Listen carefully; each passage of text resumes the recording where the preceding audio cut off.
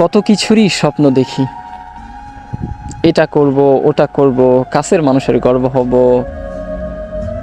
পরিবারের মুখে হাসির কারণ হব, নিকটস্থদের কাছে সামনে উচ্চ স্বরে বলবো হ্যাঁ আমি করিয়ে দেখিয়েছি।